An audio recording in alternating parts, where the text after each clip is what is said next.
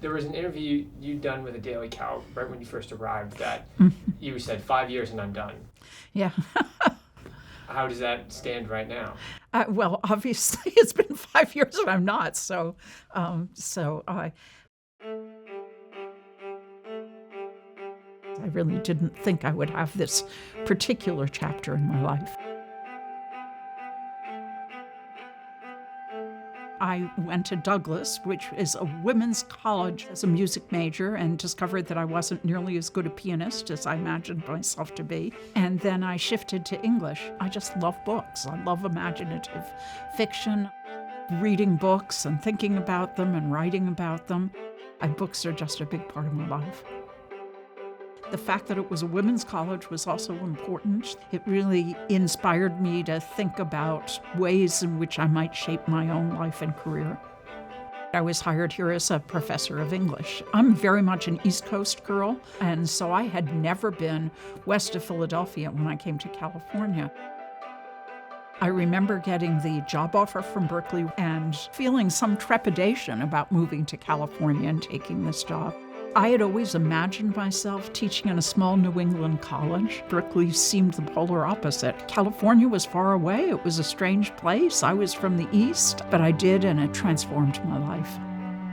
Berkeley was a very political, bohemian, and very freeing place for me. It was so exciting to be here. This was in the 1970s, really right after the great hippie revolution of the 60s. When I started as a faculty member, everybody told me, oh, don't even bother preparing the last third of your class. You'll never get to teach it. The students will be out on strike. Those were also the days in the very beginning of the second feminist revolution. When I joined the faculty, only 3% of the faculty were women. And so I began teaching a course for the Free University of Berkeley, doesn't exist anymore. And then I began teaching feminist courses in the department and was one of the founders of the Women's Studies program and ultimately department. When we started the Women's Studies major, I remember we had to go to a committee. That's the way everything is done at Berkeley. And one of the scientists on the committee insisted that the Women's Studies major have a biology requirement so people would know the difference between men and women. It was a different world then. My very first administrative job was as the Chancellor's Special Assistant for the Status of Women and the Title IX Compliance Coordinator. Very long title, doesn't fit on a business card. I took the job because I've always been deeply committed to feminist issues, and I discovered in that job that I really liked administrative work. I loved working with people on administrative issues. It just was something I enjoyed, and I realized I was fairly good at it. Literature teaches you, I believe, on how to be a people person. What I love is the Victorian novel. Big baggy monsters, lots of different plots, lots of points of view.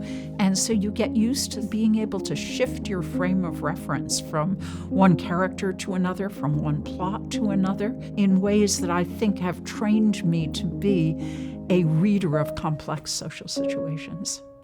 I was vice chair of my department, then I was chair of my department, then I was asked to be dean of humanities, then I was asked to be dean of the College of Letters and Science, and then finally executive vice chancellor and provost.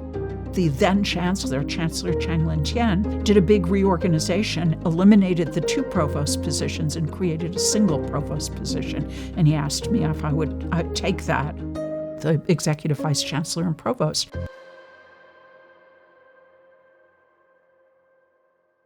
When I left Berkeley, the highest position I had occupied was the number 2. At Smith, I was the president. In some way, it was living out my dream that I had as a graduate student that I would be in a New England liberal arts college. I mean, you couldn't have 2 institutions more different than Smith and Berkeley. West Coast, East Coast, Research University, liberal arts college, public, private, co-ed, all women. Even though Smith is such a different institution from Berkeley, there were things that I learned to do at Smith that are very directly related to important pieces of my job at Berkeley. I had to learn different things about leadership. I had to learn different things about relating to students. The things about being a leader that I think is most important is both listening and having a mind open enough to really take advice. You figure out the best course to take by being very consultative and asking people their opinions. And that's what I did. Following Smith, I think you even had mentioned about retirement. Right. I came back to Berkeley to retire, obviously not successfully. I was working as a consultant when I first came back. And then I was asked to run the Center for Studies in Higher Education. And then the provost resigned very suddenly. And I was asked to be the interim provost.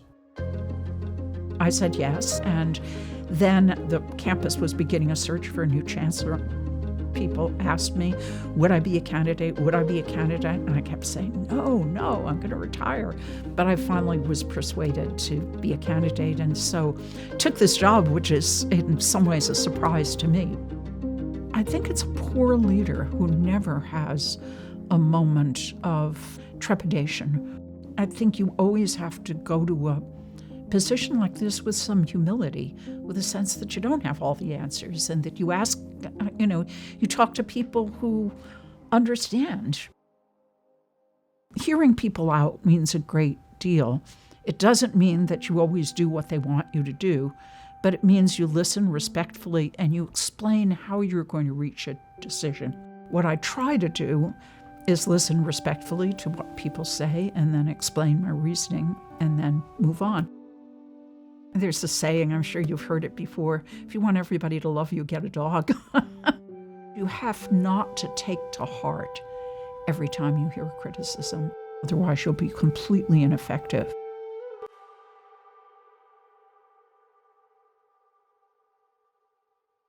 Do you remember how you met? Yeah, at the mailboxes.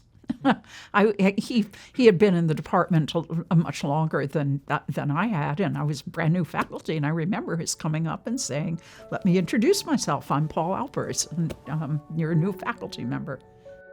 We shared a love of this university, and he was, for the time he was alive, he was my best friend. There's sometimes very hard decisions, and sometimes you're very much alone with those hard decisions. When you do these jobs, it's really important to have somebody who's a best friend, because there are so many things you can't really talk about to anybody, and you can to a spouse. So he was just a great partner, and he was always so supportive of my ambitions and the things I wanted to do. If you could see where you are today and what you've accomplished, how do you think he would react? I've wondered that myself, because he died before I became chancellor, and I've thought he would either be very happy or he would say, Carol, are you crazy?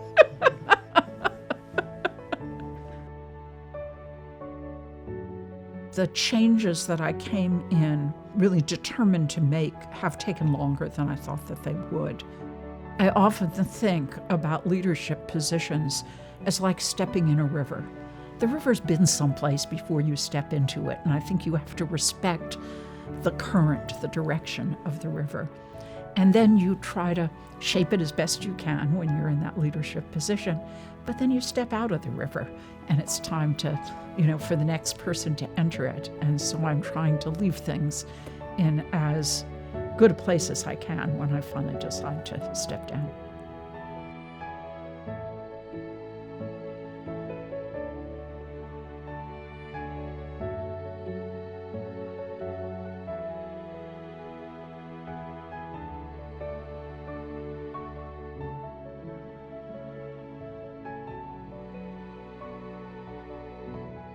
Oh, the blue blazer. Oh, I can't wear a red blazer, so.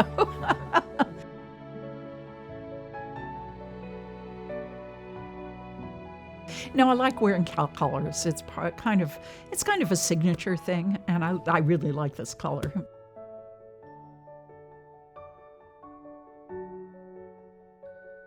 It's a way of, it's easy to become blue and gold if you start out with the blue.